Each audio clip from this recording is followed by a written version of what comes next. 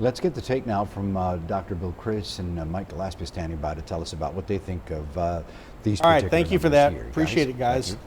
Thank You know, we haven't had a chance to talk much about some of the city council races, but this at-large council race has fascinated me from the beginning. You've got 10 people running. This is one of those where you don't have to get above 50%. You just have to be basically in the top 3.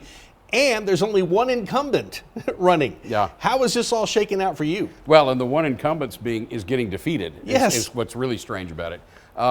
Well, there's a couple of conclusions we can draw from this. I mean, first of all, it looks like Carolyn Vaughn and Mark Scott are going to make it as number 1 and number 2 at large people. Either Roland Barrera or Jim Klein will be the third because they're both above 12%. Right now, Barrera is edging Klein out, so that Klein will no longer be on the city council. His cohort, Sylvia Campos, is winning in her district. And Isabel Araiza, although she's running third in the mayor's race, has gotten enough votes to throw that race into a runoff, it looks like.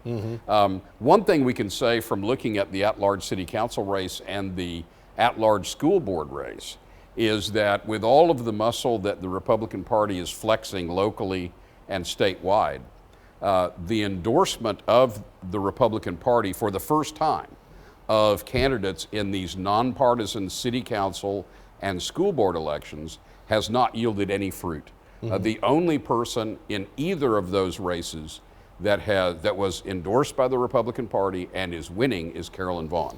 And she probably would have won anyway because she was on the city council for a long time, has a lot of name ID. All right, we've got just a few seconds here, but if we get a chance to pull up the school board, because I don't know that you and I have had a chance to look at that tonight, but some of the familiar names there, when you were checking on your phone a moment ago, were leading where you thought they might be? Yeah, pretty much. The number 1 ballot position is Steve Barrera is winning. Yeah. And then third place is Don Clark. And second place is Alice Upshaw Hawkins. And she's an incumbent. And yet, we take a look here at the ISD, Corpus Christi ISD school bond. This thing is going down big time. Going down hard, and I think that's because of that, parentheses, $135 million price tag next to it. People very seldom vote for all of the bonds because at some point, as they're flipping through them, voting yes, yes, yes, they go, wait a minute, maybe we can't afford this next one.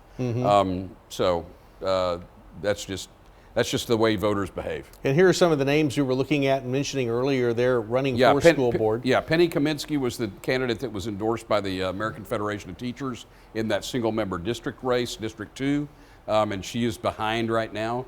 In the at-large races, Steve Barrera, who's a former teacher and football coach, not necessarily football coach, but coach, and Alice Upshaw Hawkins, who's a teacher, and Del Mar veteran, they're winning, and then the third spot's being taken by Don Clark, whose father was on the school board. Yeah, and there you are. You get a chance to look at some of the numbers as we have talked about some of those races. Let's go back to the desk now. Rudy and Leslie.